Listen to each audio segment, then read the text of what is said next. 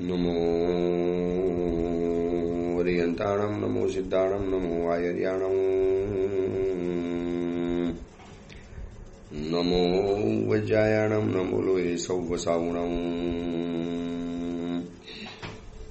એસો પંચ નમુકારો સૌવ પાવપણાસણો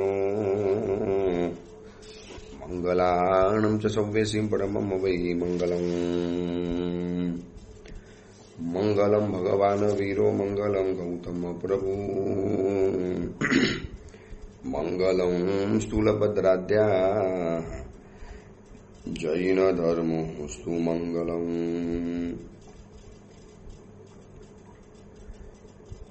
પ્રવચનનો વિષય છે માર્ગ ભૂલેલા જીવન પથિકોની પ્રતિબોધ કથા. આજથી 1245 વર્ષ પૂર્વે બનેલો 4 પ્રસ્તાવ અને 17,000 શ્લોકોની અંદરમાં ફેલાયેલો આ કુવલયમાલા નામનો ગ્રંથ,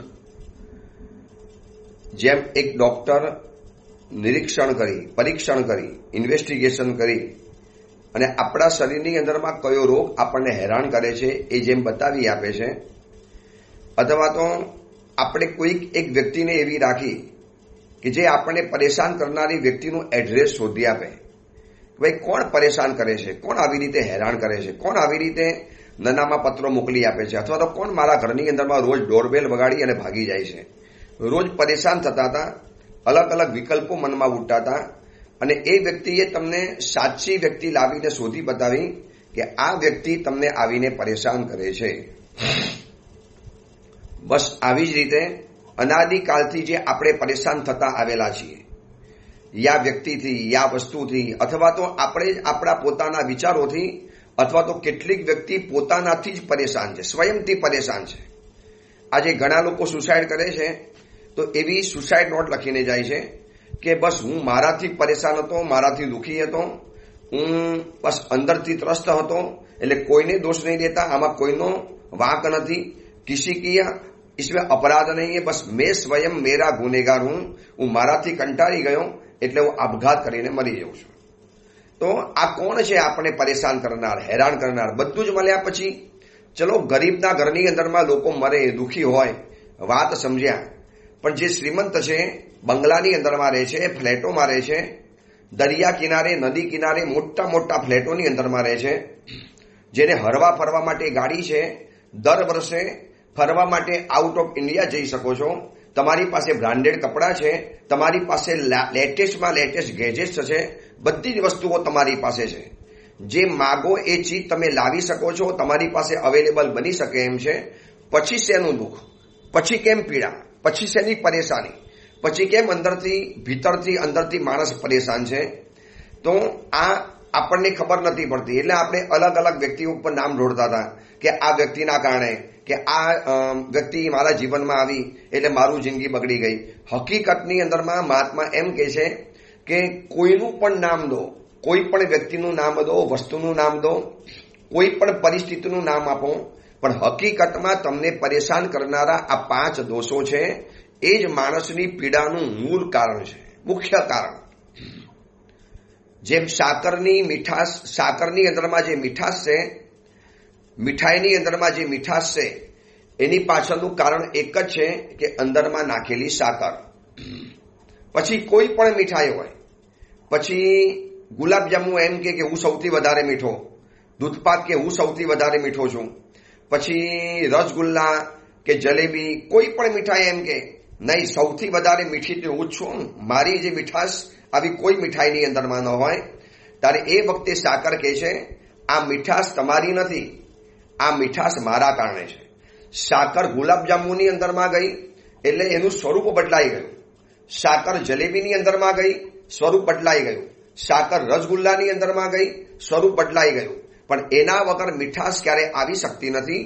ભલે રસગુલ્લાની મીઠાશ કહેવાય કે આજના ગુલાબજાંબુ બહુ મીઠા હતા, આજનો શ્રીખંડ બહુ મીઠો હતો, આજની જલેબી તો ખરેખર એકદમ મીઠી હતી, સારી હતી. તો આ મીઠાશ જલેબીની નથી, અંદરમાં ગયેલી સાકરની છે. એવી રીતે મારા તમારા જીવનમાં કાંઈ પણ પરેશાની અનુભવાતી હોય, કોઈ પણ જાતની તકલીફ જો અનુભવાતી હોય તો આંખ મીચીને માની લેવાનું કે આ 5 દોષોએ જ આપણને હેરાન કર્યા છે, પરેશાન કર્યા છે. કોઈ વ્યક્તિનો વાંક નહીં કાઢો. સાસુએ પુત્રવધુનો વાંક નથી કાઢવાનો, પુત્રવધુએ સાસુનો વાંક નથી કાઢવાનો. અરે ઘરની અંદરમાં રહેલા સસરાએ પુત્રવધુનો વાંક નથી કાઢવાનો કે પુત્રવધુએ સસરાનો વાંક નથી કાઢવાનો. દીકરાએ બહેનનો વાંક નથી કાઢવાનો, બેને ભાઈનો વાંક નથી કાઢવાનો, પતિ પત્નીનો ન કાઢે, ભાઈ ભાઈનો ન કાઢે. મને એક જ કહેવાનું કે પરેશાની થઈ છે, આ તો બહારનું નિમિત્ત છે, પણ હકીકતની અંદરમાં આ 5 દોષોના કારણે જ હું પરેશાન થતો આવ્યો છું. આ એટલી બધી સ્પષ્ટ હકીકત આ કથા દ્વારા આપણને પ્રતિબોધ કરવા માટે માંગે છે. ભલે 5 જીવોનો પ્રતિબોધ થયો અને 5 જીવોને કેન્દ્રમાં રાખીને આ કથા બનાવવાની અંદરમાં આવી, પણ હકીકતમાં આ સંસારની અંદરમાં રહેલા 84 લાખ જીવ યોનિની અંદરમાં રહેનારી પ્રત્યેક વ્યક્તિને આંખની સામે રાખી અને આ ગ્રંથ બનાવવાની અંદરમાં આવ્યો છે. એ જંગલ છે, કુવલયચંદ્ર જંગલની અંદરમાં પહોંચી ગયા છે અશ્વના અપહરણ દ્વારા, અને ત્યાં સાગરદત્ત નામના મુનિવર મળ્યા, અને મુનિવરે પછી એમને અહીંયા લાવવાનું કારણ બતાવવાની અંદરમાં જે કથાની શરૂઆત કરી, અને એમાં કથાની અંદરમાં વળી પાછી બીજી કથા શરૂ થઈ. પુરંદરદત્ત રાજા અને વાસવ મંત્રી, એ વાસવ મંત્રીએ વિનંતી કરી કે આપે જ્યારે ભવ સ્વરૂપ બતાવ્યું, આપે જ્યારે આ સંસારના નગ્ન સ્વરૂપનો અમને ચિતાર બતાવ્યો, સમગ્ર સંસાર જેનાથી દુઃખી થાય છે એવા ક્રોધ, માન, માયા, લોભ અને મોહ, આ 5ની જ્યારે વાત બતાવી, હવે ખાલી વાત નહીં, પ્રભુ એનું વિસ્તારથી સ્વરૂપ બતાવો. અને આચાર્ય શ્રી ધર્મનંદન સુરીશ્વરજી આખું સ્વરૂપ વિસ્તારથી બતાવવાની અંદરમાં ગયા. એમાં વળી પાછી એક એક અલગ કથા શરૂ કરી છે. ક્રોધની કથા પરિપૂર્ણ કરી. આપણે રવિવાર સુધીની અંદરમાં અહંકારનું આખું સ્વરૂપ જાણી લીધું. શું છે આ અહંકાર, કેવી રીતે અહંકાર પેદા થાય છે. ક્રોધમાંથી, અભિમાનમાંથી અહંકાર પેદા થાય છે. પણ અહંકારને પેદા કરનારું કોણ? કોણ પેદા કરે છે અહંકાર? પોતાની જાતને માની લીધેલી મોટાઈ, પોતાની જાતને વધુ પડતા માર્ક્સ આપી દેવા, પોતાની જાતને વધુ પડતો ઉત્તમ માની લેવો, પોતાની જાતને વધુ પડતી એક ઊંચાઈ આપી દેવી, આને કહેવાય છે અહંકાર કહેવાય છે. તો આ અહંકારથી શું જીવનમાં ખરાબી થાય છે, હવે એની વાત કથા દ્વારા આચાર્ય ભગવાન બતાવવાની અંદરમાં જાય છે. જેમ સભામાં કીધેલું હતું ને કે ક્રોધ દ્વારા પરેશાન થયેલી કોઈ વ્યક્તિ છે, ત્યારે આચાર્ય ભગવંતે કીધું કે રાજન, બહુ દૂર જવાની જરૂરિયાત નથી. આજ આપણી સભાની અંદરમાં, આ સભાની અંદરમાં એક વ્યક્તિ બેઠેલી છે. જોઈ લો આ વ્યક્તિ, જે વ્યક્તિ આમ થોડોક ટટ્ટાર બેઠેલો છે, છાતી કાઢીને બેઠેલો છે, એને પોતાના જીવનની અંદરમાં જે રીતે અહંકારના નુકસાનોને સહન કર્યું છે, જે રીતે એને અહંકારના દ્વારા જે નુકસાન પેદા થયું છે, એ ખરેખર સાંભળવા જેવું છે. અને એ જોયા પછી આચાર્ય ભગવંત આ દ્રષ્ટાંત શરૂ કરે છે, અને એ વ્યક્તિ પણ પોતે ધ્યાનથી સાંભળે છે કે આ જ પુરુષ છે, અને જે તમારી ડાબી બાજુ અને મારી જમણી બાજુમાં બેઠેલો છે, જો એની ભ્રુકુટી ઉપર ચડી ગઈ છે, વક્ષસ્થળ વિશાળ છે, અભિમાનના ભારથી એની દ્રષ્ટિ મીચાયેલી છે, એનું શરીર તપાવેલા સુવર્ણ જેવું લાલ થઈ ચૂકેલું છે, એના નેત્રો કંઈક રક્ત રહેલા છે. આવા સ્વરૂપથી જાણે સાક્ષાત અહંકાર હોય. અહંકાર આવા જ પ્રકારનો હોય. બસ એ અહંકારની હું તમને વાત બતાવું છું કે જે આ અહંકારે સમગ્ર વિશ્વને પોતાના અજગરી ભરડાની અંદરમાં ભીસી દીધું છે. આ અહંકારે સમગ્ર વિશ્વને પોતાની લપેટની અંદરમાં લપેટી લીધું છે. આ જ અહંકાર લગ્નોની અંદરમાં દેખાય, આ જ અહંકાર શ્રીમંતોના બંગલાની અંદરમાં દેખાય. આ અહંકાર ભણેલી ગણેલી વ્યક્તિઓને દેવ અને ગુરુની પાસે કરવાનું બતાવવાનું મન થાય. આ જ અહંકાર મોંઘી દાટ કાર મળી હોય અને એ કારને રોડ ઉપર રોપ સાથે ચલાવવાનું મન થાય. એટલા માટે તો ક્યારેક ક્યારેક એક્સિડન્ટો થાય છે ને. આવા શ્રીમંતના છોકરાઓ હોય, નાની ઉંમરે જેગુઆર કાર જેવી કાર મળી ગઈ હોય, બુગાટી કાર મળી ગઈ, બસ પિતાજીના પૈસાથી લહેર કરવાની, અને રોડ ઉપર એવી કાર ચલાવે જાણે કે આ ધરતી ઉપર મારા સિવાય કોઈ છે જ નહીં, મારા સિવાય કોઈને જીવવાનો અધિકાર નથી. બસ આ અહંકારનો કેફ, અહંકારનો મત, અને એના કારણે હિટ એન્ડ રનના કિસ્સા વધતા ગયા. રોજના રોજ હિટ એન્ડ રનના કિસ્સા વધી અને કઈ જીવોને ખતમ કરવામાં આવ્યા. શું કારણ છે? અહંકાર છે. શ્રીમંતાઈના ખ્યાલમાં ચકચૂર હોય, પૈસાનો ઘમંડ હોય, અથવા તો કોકને સૌંદર્યનું અભિમાન હોય, કોઈને પોતાના રૂપનું અભિમાન હોય, કોઈને પોતાના બલ અને મદનું અભિમાન હોય, તો આ બધા કાઢવા જેવા છે. એના માટેની આ કથા શરૂ કરે છે. સરસ મજાની કથા છે. માન ઉપર માન ભટ્ટની કથા. જેમ ક્રોધ ઉપર ચંડ સોમની કથા જોઈ, એવી રીતે માન ઉપર હવે આચાર્ય ભગવાન માન ભટ્ટની કથા શરૂ કરે છે. કુવલય ચંદ્રને સાગરદત્ત મુનિવર કથા કહે છે. સાગરદત્ત મુનિવરની કથાની અંદરમાં આ કથા આવી અને હવે ધર્મનંદન સુરીશ્વરજી એ રાજાની સમક્ષ કથાની શરૂઆત કરે છે કે અવંતી નામનો દેશ છે અને દેશની અંદરમાં વિશાલા નામની નગરી છે. ક્ષિપ્રા નદીના કિનારા ઉપર રહેલું આ વિશાલા નગર, અવંતી દેશની અંદરમાં વિશાલા નગરી, ક્ષિપ્રા નદીના કિનારા ઉપર રહેલું વિશાલા નામની નગરી છે. ત્યાં લક્ષ્મી અને સરસ્વતી જાણે કે બંનેનું ધામ રહેલું છે. આ નગર જાણે કે લક્ષ્મીનો દરબાર છે અને સરસ્વતીની શોભા છે. એ નગરથી ઈશાન ખૂણાની અંદરમાં એક બહુ નાનકડું ગામડું છે. પૂજ્ય ધર્મનંદન સુરીશ્વરજી રાજા અને પૂરી સભાને માન ભટ્ટની કથા શરૂ કરે છે. જે માન ભટ્ટ સભામાં બેઠેલો છે, કંઈક તપાવેલા તાંબા જેવો વર્ણ છે, લાલ આંખો રહેલી છે, આંખો જાણે મીચીને બેઠેલો છે, શરીરને ઠટ્ટાર કરીને બેઠેલો છે, એક સાક્ષાત અહંકારની મૂર્તિ બેઠેલો હોય એના જેવો દેખાય છે. અને આચાર્ય ભગવાન કહે છે કે એની બાજુની અંદરમાં કૂપમંડ્ર નામનું નાનકડું નગર છે. કૂપમંડ્ર, ત્યાં એક ભાગ્યહીન વૃદ્ધ વ્યક્તિ રહે છે, જેનું ભાગ્ય લગભગ પરવારી ગયેલું હતું, જેનું નામ હતું ક્ષાત્ર ભટ્ટ. અને એનો એક જ પ્રિય પુત્ર વીર ભટ્ટ. દીકરો અત્યંત વાલો હતો, અતિશય વાલો હતો. દીકરા ઉપર એટલો બધો મોહ, એટલો બધો પ્રેમ, એટલો બધો અગાધ પ્રેમ, પણ જન્મથી ગરીબી લાગુ પડી ગયેલી હતી. ગત ભવની અંદરમાં અંતરાય કર્મ કરેલા, એના કારણે આ ભવની અંદરમાં બધી જગ્યાએ નસીબનો પનો ટૂંકો પડતો હતો. નોકરી લેવા માટે જાય તો શેઠ કે હમણાં જ મારી જરૂર હતી અને બીજો એક જણે મેં નોકરી આપી દીધી છે. ધંધો કરવાની અંદરમાં જાય, ઓલો કે હમણાં જ મેં કોકને આ બિઝનેસ આપી દીધો, ધંધો આપી દીધો. દરેક જગ્યાની અંદરમાં આ વ્યક્તિ પાછળ પડે. ક્ષાત્ર ભટ્ટ એનો દીકરો હતો વીર ભટ્ટ, અને પિતાજીએ વિચાર કર્યો, મેં તો મારી જિંદગી આખી ગરીબીની અંદરમાં કાઢી, અભાવની અંદરમાં કાઢી, પણ મારા દીકરાના ભવિષ્યનો મારે તો વિચાર કરવો પડશે. એટલે આ નાનકડા કૂપમંડળ નગરની અંદરમાં દીકરાનું કોઈ ભવિષ્ય નથી. અવંતી દેશની જે રાજધાની છે ઉજ્જૈની નગરી, એ ઉજ્જૈની નગરીની અંદરમાં જવું પડશે, જેને આજની ઉજ્જૈન કહેવાય છે, જ્યાં શિપાલ અને મૈનાની ઘટના બનેલી હતી, જ્યાં વિક્રમાદિત્ય રાજાનો જન્મ થયેલો હતો, જ્યાં સિદ્ધસેન દિવાકર સુરીશ્વરજી મહારાજાએ કલ્યાણ મંદિર સ્તોત્ર બનાવ્યું અને એમાંથી અવંતી પાર્શ્વનાથ ભગવાનની પ્રતિમાને પ્રગટ કરી, જ્યાં અવંતી પાર્શ્વનાથ ભગવાનનું તીર્થ રહેલું છે, જ્યાં આર્ય સુવસ્તી વગેરે આચાર્ય ભગવંતો રહેલા હતા, જ્યાં બહુ વિશાળ ઐતિહાસિક કાર્યો થયેલા છે. એકલા ઉજ્જૈનનો ઇતિહાસ જો હું તમને ખોલી બતાવું ને તો કદાચ 2 કલાક એમાં નીકળી જાય. એટલી બધી જીન શાસનની પ્રભાવના, એટલા બધા જીન શાસનના ઐતિહાસિક કાર્યો અને પ્રાગ ઐતિહાસિક એમ કહેવાય છે કે આજ ઉજ્જૈનની નગરીની અંદરમાં કૃષ્ણ અને એમનો જે મિત્ર હતો સુદામા, એ બંને જણા ઋષિના આશ્રમની અંદરમાં જે ભણવા માટે આવેલા, એ આશ્રમ પણ ઉજ્જૈન નગરની અંદરમાં છે. મંગલનું મંદિર, ક્ષિપ્રા નદીનો કિનારો, ઇતિહાસ પ્રસિદ્ધ આ નગરી રહેલી છે.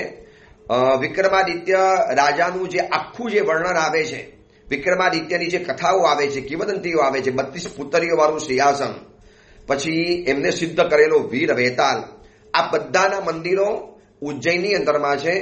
થોડા સમય વર્ષો પહેલા જ્યારે ઉજ્જૈનમાં જવાનું થયેલું હતું, સમગ્ર ઉજ્જૈનને જોતા જોતા 3 દિવસ લાગ્યા.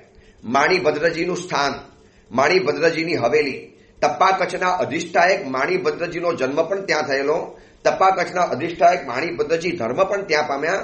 માણીભદ્રજીની હવેલી, એમનું ઘર, એમની દુકાન અને માણીભદ્રજી યક્ષરાજનું જીવંત અસ્તિત્વ આજે પણ ઉજ્જૈન નગરીની અંદરમાં જોવા માટે મળે.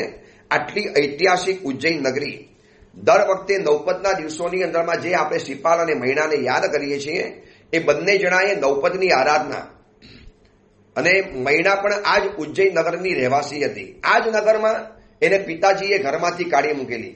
આ જ નગરની અંદરમાં શિપાલ સાથે એના લગ્ન થયા. આ જ નગરની અંદરમાં 9 દિવસની નવપદની આરાધના દ્વારા કોળ રોગ મટી ગયો અને આ જ નગરની અંદરમાં એને વળી પાછી વિજયની ધર્મ ધ્વજા લહેરાવી દીધી. આટલું ઐતિહાસિક નગરી ઉજ્જૈન નગરી.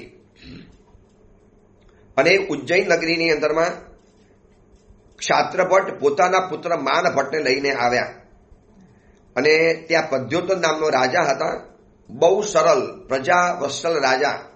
એની પાસે જઈ અને ક્ષાત્રભટ્ટે આખી બધી હકીકત કહી દીધી અને કીધું કે બસ મારા દીકરાને તમારી સેવાની અંદરમાં મૂકવો છે. આપની અમી નજર, આપની રહેમ નજર આપની ઉપર રહે. અને ત્યાં પદ્યોતન રાજાની એવી સેવા કરી ક્ષાત્રભટ્ટ પિતા અને માનભટ્ટ વીરભટ્ટ એમનો દીકરો એટલી સુંદર સેવા બજાવી. રાજા ખરેખર સેવાથી ખુશ થઈ ગયા. આટલું બધું મને પ્રેમ કરો છો, મને તમે પિતા સમાન ગણો છો અને તમે પણ આટલા ઉત્તમ વ્યક્તિઓ છો.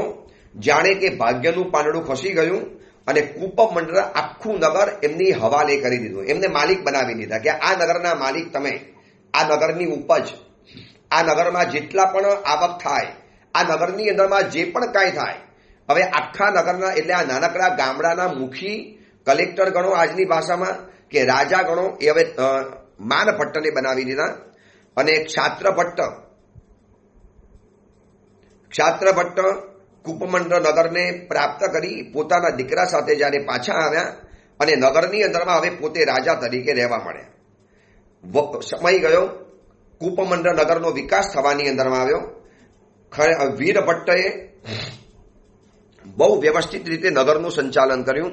હવે આજુબાજુના શહેરવાળા એ લોકોના રોજની ત્યાં આગળ હુમલા થવા માંડ્યા અને ક્ષાત્રભટ્ટનું શરીર શિથિલ થઈ ગયું, વૃદ્ધ અવસ્થા આવી ગઈ, શરીર ઢીલું પડી ગયું. એટલે પછી એમને વીરભટ્ટને આગળ કર્યો, વીરભટ્ટને રાજા બનાવી દીધો, વીરભટ્ટને કૂપમંડળ નગરનો માલિક બનાવી દીધો અને વીરભટ્ટને પણ શાંતિભટ્ટ નામનો પુત્ર થયો. એ પણ મોટો થયો, પણ રોજના યુદ્ધ, રોજના તમાશા, રોજની લડાઈ, રોજના ઝઘડા, રોજ સીમા ઉપર આક્રમણ આવે અને રોજ મારી હટાવવાનું. આનાથી હકીકતની અંદરમાં એટલો બધો કંટાળી ગયો કે એક દિવસ વળી પાછો રાજાની પાસે પહોંચી ગયા. શાંતિભટ્ટ, ક્ષાત્રભટ્ટ તો અવસાન પામી ગયા. હવે વીરભટ્ટને શાંતિભટ્ટ નામનો પુત્ર થયો અને એ શાંતિભટ્ટનો દીકરો થયો છે માનભટ્ટ, જેનું નામ છે માનભટ્ટ છે. અને જન્મતાની સાથે ગયા ભવના અભિમાનના સંસ્કારો આ વ્યક્તિ લઈને આવેલો છે. આ કથા આપણને બતાવે છે ગયા ભવની અંદરમાં પાડેલા સંસ્કારો આ ભવની અંદરમાં આપણી સાથે ને સાથે આવવાના છે. યાદ રાખજો, કર્મ સાથે નથી આવતું, કર્મ દ્વારા કરેલા સંસ્કારો સાથે આવે છે. આ ભવની અંદરમાં વારંવાર એ વસ્તુ ઘૂંટી હોય, વારંવાર એ ચીજ કરી હોય, વારંવાર એ વસ્તુને તમે જીવનમાં અપનાવી હોય, એની પ્રવૃત્તિ વારંવાર કરેલી હોય, એટલે એના સંસ્કારો પડી જાય, ગાઢ સંસ્કાર. અને એ સંસ્કાર જે પણ ભવની અંદરમાં જન્મ લઈએ ત્યાં આપણને ફોલો કરતા સંસ્કારો આવી જાય છે. ગત ભવની અંદરમાં અભિમાનના સંસ્કારો લઈને આવેલો આ પુત્ર માનભટ્ટ, ખબર તો હતી કે કૂપમંડળ નગરના માલિક છીએ, રાજાની પણ મહેરબાની છે, ઘરની અંદરમાં સંપત્તિની રેલમછેલ છે, ઘરમાં પૈસા, અસીમ પૈસા રહેલા છે, માગો ત્યાં વસ્તુ મળતી જાય છે. અને એના કારણે માનભટ્ટના જીવનની અંદરમાં અહંકાર ઓર વધવા માંડ્યો. વર્તમાન સમયની અગર જો વાત કરીએ તો શ્રીમંત પરિવારની અંદરમાં હવે એક જ દીકરો અથવા તો સંતાન, એક દીકરો અને એક દીકરીથી વધારે સંતાન નથી હોતા. અને એમાં જો દીકરો થઈ ગયો પહેલા નંબરમાં તો હવે બીજું કોઈ સંતાન પણ ન જોઈએ.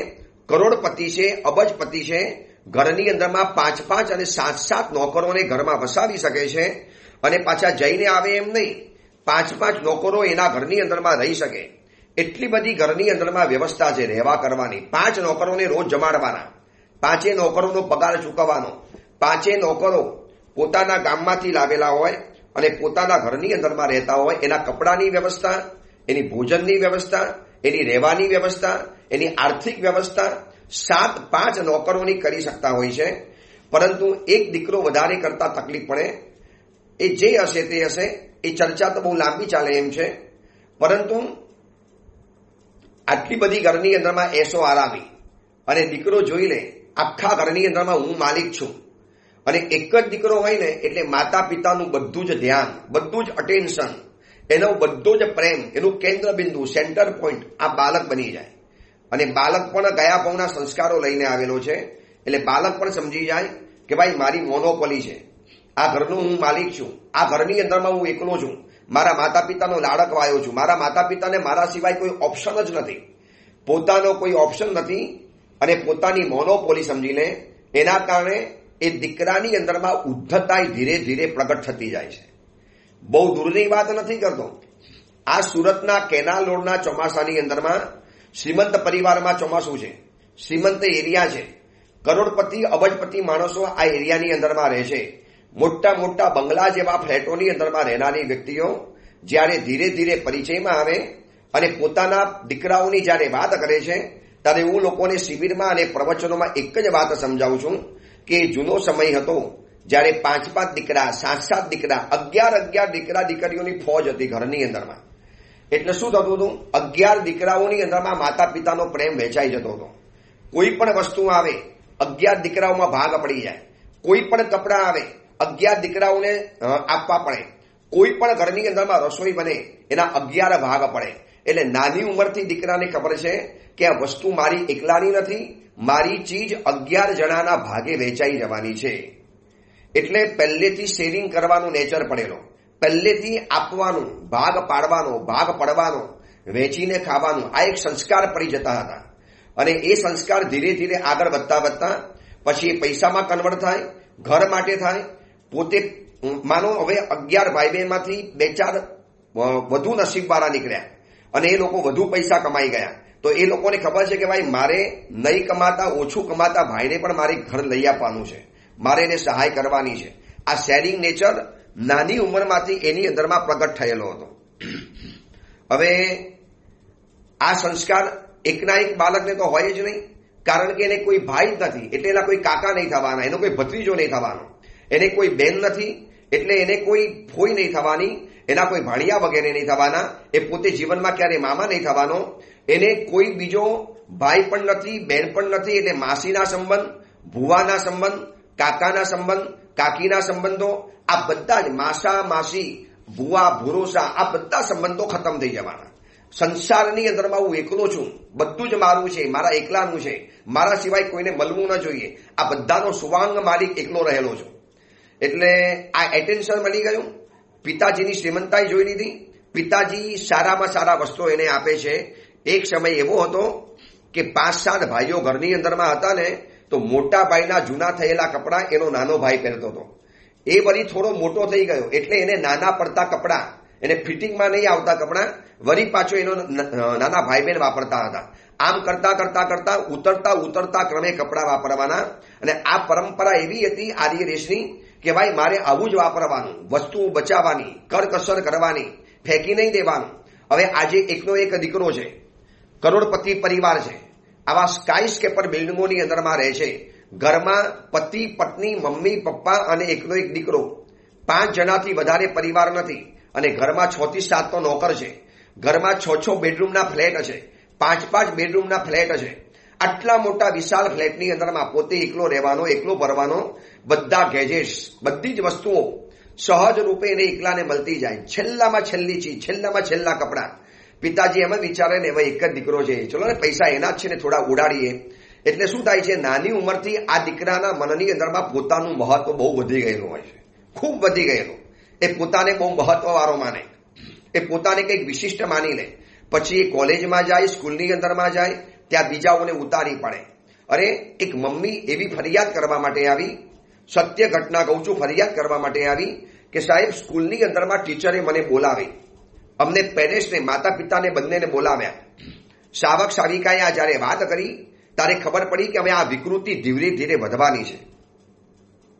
સ્કૂલમાં બોલાવીને અમને એવી વાત કરી, આ તમારો દીકરો બધી રીતે સારો છે, ભણવામાં હોશિયાર છે, પણ એને જરા તમારે કાબુમાં રાખવો પડશે, કંટ્રોલમાં રાખવો પડશે. એટલે માતા પિતાએ પૂછ્યું કે બોલો ટીચર શું એને ગુનો કર્યો? તો કે 2 દિવસ પહેલાની વાત છે. એની સાથે ભણનારો એક દીકરો અને એની પાસે એક તૂટેલો કંપાસ, જૂની પેન અને જૂની પેન્સિલ રહેલી હતી અને એની બાજુની અંદરમાં બેઠેલો હતો. અને તમારો દીકરાએ એને એવું કીધું किम तेरे पिताजी गरीब है क्या, तुम इतने पुअर हो क्या, तुमको कोई चीज नहीं मिलती है, टूटी फूटी चीजें वापरता है, देख मेरा कंपास, देख मेरी पेंसिल, देख मेरी स्कूल बैग, तेरा सब कुछ टूटा फूटा हुआ पुराना है, चल તું ગરીબ છોકરો છે, તું ગરીબ બાળક રહેલો છે. અને બધાને કહી દીધું કે આ છોકરો બહુ ગરીબ લાગે છે, આના પિતાજી બહુ ગરીબ છે. અને આ છોકરો સેન્સિટિવ હતો, નાની ઉંમરનો દીકરો, સ્કૂલમાં ભણતા હતા. અને આ જે કથા બતાવું છું ને, આ કથા કોઈ મોટી ઉંમરની વાત નથી બતાવતો. હજી કદાચ આ દીકરો 4th સ્ટાન્ડર્ડની અંદરમાં ભણનારા છે. અને સ્કૂલની અંદરમાં આ જયારે ઘમસાણ થયું, એ દીકરો ઘરની અંદરમાં જઈને જે રડેલો છે, મને નવો કંપાસ અપાવો, નવી પેન્સિલ અપાવો, નવી સ્કૂલ બેગ અપાવડાવો, નવા મોજા અપાવડાવો, નવા બૂટ અપાવડાવો, એટલી બધી જીદે ભરાયો. પણ મમ્મી પપ્પા કે બેટા શું છે, આ નવા જેવું તો છે નહીં, આપણે ગરીબ છીએ, સ્કૂલમાં બધા મને ગરીબ કહે છે. ત્યારે માતા પિતા ચોંકી ગયા અને માતા પિતા ગયા સ્કૂલની અંદરમાં કે સર સ્કૂલમાં આવું ચાલે છે, અમે છીએ શ્રીમંત, પણ અમે એવું નક્કી કર્યું છે કે દીકરાને થોડી જૂની વસ્તુઓ વપરાવીએ, માગે બધી વસ્તુ નથી આપી દેતા, નાની ઉંમરે આપી દઈએ, એનો અહંકાર વધી જાય. વાત સાચી હતી. અને પૂછ્યું તને આવું કોણે કીધું, તો કે આ છોકરાએ કીધું મને. અને એને બોલાવ્યો એના માતા પિતા. અને સાહેબ એટલા માટે અમને બોલાવેલા હતા, સાહેબ આટલી નાની ઉંમરથી આ દીકરાના દિમાગ ઉપર શ્રીમંતાઈનું ભૂત સવાર કેવી રીતે થઈ ગયું, એ પોતે આટલો બધો અહંકારી કેમ બની ગયો. એ દીકરાને જે ગાર આપતો હતો, એ દીકરાને જે ગરીબ કહેતો હતો, પુઅર કહેતો હતો, એને કહ્યું તું તો હાવ ગરીબ છે, તારા કપડાં જો, મારા કપડાં જો, તારી સ્કૂલ બેગ જો, મારી સ્કૂલ બેગ જો. ગુરુદેવ આ કમ્પેરિઝન કરવાનો ભાવ, આ કોમ્પિટિશનના ભાવની અંદરમાં આ તો હજી નાનો છે, મોટો થશે ત્યારે શું થશે. મેં માતા પિતાને એક જ કીધું, તમે કર્યા છે તમારે ભોગવવા પડે. તમે સંતાન એક જ કરીને બેઠા છો અને નાની ઉંમરમાં તમે શ્રીમંતાઈ બતાવી દીધી. પ્લીઝ મહેરબાની કરીને શ્રીમંત માતા પિતાઓ, તમે કદાચ સંતાન એક જ કરવાની ભૂલ કરી હોય તો હવે નવી ભૂલ નહીં કરતા કે તમે શ્રીમંત છો એવું એને બતાડવાનું. તમે હવે નવી ભૂલ નહીં કરતા કે એની સામે પૈસાની ચર્ચા કરવાની. તમે હવે એવી ભૂલ નહીં કરતા કે એ દીકરાને થોડોક અહેસાસ તો આવી જાય કે આપણે તો શ્રીમંત પિતાના દીકરા છીએ, મારા પિતાજી તો અબજપતિ છે. એટલે ધીરે ધીરે ભણવામાંથી મન ઉડી જવાનું, મન ઉઠી જવાનું. યાર આપણે શું ભણવાની જરૂર છે, આપણે બિઝનેસ મળી જ જવાનો છે ને, પપ્પાના પૈસા તૈયાર જ છે ને, પિતાજીની ધમધકતી પેઢી ફેક્ટરી આખી આપી થવાની છે, શું કરવાનું છે. જેટલા પણ ટોપ 10ની અંદરમાં દીકરા દીકરીઓના જે નંબર આવે છે 12th અને 10thની પરીક્ષાની અંદરમાં, સાયન્સ હોય કે કોમર્સ હોય, તમે બરોબર સર્વે કરજો. હું તો સર્વે કરનારો સાધુ છું, તમે બરોબર સર્વે કરજો. એમાં એક પણ અબજપતિ કરોડપતિનો સંતાન એ તમને ટોપ 10ની અંદરમાં લગભગ જોવા માટે નહીં મળે. અપવાદ હશે, નહીં જોવા એવું નથી કહેતો, પણ લગભગ તમને જોવા માટે નહીં મળે. કેમ નહીં મળે? કારણ કે શ્રીમંત દીકરો સમજી ગયો છે ભાઈ બધું આપણું છે. શેના માટે ભણવાનું? પૈસા માટે ને. પૈસા તો મળી ગયા છે, શેના માટે મળવાનું? હું તમને મારી પણ વાત કરું, જો બેઠા બેઠા ગોચી પાણી મળવાની હોય, બેઠા બેઠા સાધુ જીવન નીકળી જવાનું હોય, તો શું કામ આપણા પ્રવચનો આપવાના પરિશ્રમ કરવાના? શું કામ આ ઘડા ફાડવાના? સંઘમાં રોજ 1 કલાકનું પ્રવચન, વળી અડધો કલાક પોણો કલાકનું ઓડિયો પ્રવચન, દર રવિવારે 2.5 કલાક 3 કલાકની શિબિર, વળી પાછી નાના છોકરાઓની શિબિર. એકલા રવિવારે મારે 5.5 કલાક બોલવાનું થાય છે. 5.5 કલાક, 2.5 કલાક શિબિરમાં, યુવા શિબિરમાં, જેનો વિડીયો તમારી પાસે અમારા સેવકભાઈ મોકલે છે. 2.5 કલાક શિબિરમાં ગયા, ઓડિયો પ્રવચનની અંદરમાં ગયું, 3 કલાક એ થઈ ગયા. વળી પાછો 1.5 કલાક નાના બાળકોની શિબિર હોય, બાલ શાવક શાવિકા શિબિર, એમાં પણ હું પોતે જ લેવા જઉં છું. એટલે આખા દિવસની અંદરમાં 4-5 કલાક બોલવાનું થાય. તો એમને જો બધું મળવાનું હોય ને તો કોઈ મહેનત ન કરે. આ મગજ કસાવાનું, મગજ દોડાવવાનું, રોજ કથા ગોઠવવાની. હવે આજે એમાં શું સમજાવવાનું, શું કહેવાનું, આજે કઈ વાતને જરા એનલાજ કરવી છે, કેવી રીતે કરવી છે, આ દિવસ રાત મનોમંથન ચાલે. તો એના કારણે છે ને જવાબદારી વધે છે. હવે જે દીકરા દીકરીને ખબર છે કે ભાઈ આપણી કોઈ જવાબદારી નથી, બધું ઘરમાં તૈયાર છે, રેડીમેડ મળે છે, ભોજન તૈયાર, રૂમ સફાઈ તૈયાર, ઘરમાં નોકરો છે, ઘરમાં સોફર છે. શ્રીમંત માતા પિતા તો એટલી મોટી ભૂલ કરે છે ઘેલછા ભરી કે હવે પોતાના બાળકને સ્કૂલમાં મૂકવા માટે પણ એક સ્પેશિયલી સોફર. ભાઈ તારે બહાર જ રહેવાનું, તારે બહાર જ ઉભા રહેવાનું, તારે છોડીને નહીં આવવાનું. 7 કલાક 6 કલાક સ્કૂલ ચાલે તો બહાર એ સોફર ગાડી લઈને બેસે. જેવો સ્કૂલ છૂટે એટલે ઓનો સોફર એ બાળકની બેગ લઈ લે, એના માટે દરવાજો ખોલી આપે, એને અંદરમાં બેસાડે. અરે આજે એની પાસે પૈસો છે, શ્રીમંતાઈ છે. તમે આટલા બધા અંડર પેમ્પરમાં રાખશો, આટલા અંડર કવરેજમાં રાખશો, આની શક્તિ બહાર નહીં આવે, આની સ્કિલ બહાર નહીં આવે. થોડીક તકલીફ, થોડીક મુશ્કેલી, થોડોક અભાવ, થોડોક દર્દ, થોડીક પીડા, થોડાક આંસુ, થોડીક આજીજી, થોડીક ડર, ભય, આ બધું જ બાળકના વિકાસ માટે અત્યંત જરૂરી છે, અત્યંત જરૂરી છે. ભલે કદાચ તમને વાત નહીં બેસતી હોય, આ માન ભટ્ટને શું થયું? નાની ઉંમરમાંથી જોઈ લીધું, અરે અમે તો કૂપમંડળના રાજા છીએ, માલિક છીએ, આ બધું ગામમાં અમારું જ ચાલે છે. એના કારણે આ દીકરાના જીવનની અંદરમાં શ્રીમંતના પરિવારમાં જે એબ આવે, જે કલંક આવે, જે દૂષણો આવે, એ બધા જ માન ભટ્ટની અંદરમાં ઘૂસી ગયા. ઉદ્ધતાઈ, દાદાગીરી મારવી, રોફ મારવો અને ગારાગારી કરવી, નોકરો ઉપર જાણે કે રોફ મારીને વાત કરવાની, આખા નગરમાં પણ જાણે માલિક બનીને ફરવાનું, જે તે વ્યક્તિઓને ઉતારી પાડવાના, જે તે છોકરીઓની મશ્કરી મજાક કરવાની, જે તે છોકરી ઉપર પોતાનો અધિકાર જમાવી દેવાનો. અરે ઇવન 12-15 વર્ષનો થયો ત્યાં સુધીમાં તો કોઈ પણ છોકરીને ઉઠાવીને ભાગી જાય. અરે આ ગામના માલિક છીએ, એ છોકરી પણ મારી ગણાય, એના પૈસા પણ મારા ગણાય. કોકની દુકાનમાંથી, હટ્ટ ઉપરથી દુકાનમાંથી ચીજ લઈ લે અને ઓલો માલિક કે ભાઈ પૈસા, શેના પૈસા માગો છો ભાઈ? ગામના માલિક પાસે પૈસા માગો છો? ગામમાં રહેવું છે કે નથી રહેવું? ખબરદાર ફરીવાર મારી પાસે પૈસા માગેલા છે તો. આ રોફ દાદાગીરી વધતી ચાલી એની બધી જ ફરિયાદો એના પિતાજી વીર ભટ્ટ સુધી પહોંચી, શાંતિ ભટ્ટ સુધી પહોંચી.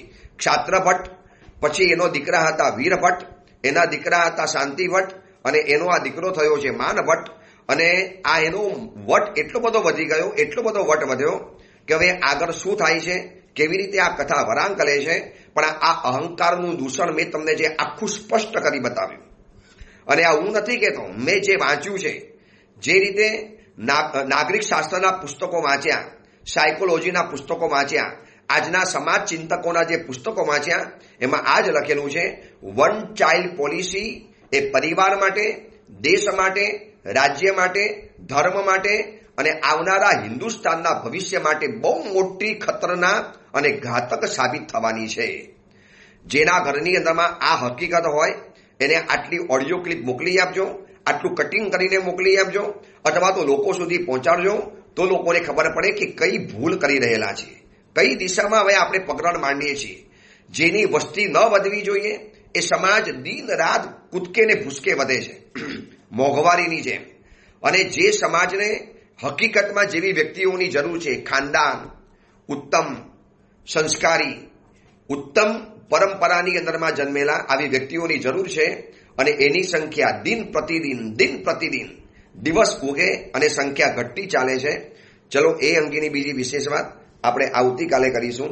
એ જ મંગલ કામના મંગલ ભાવના. જીનાગના વિરુદ્ધ કાંઈ પણ બોલાયું હોય તો મિચ્છામી દુક્કડમ.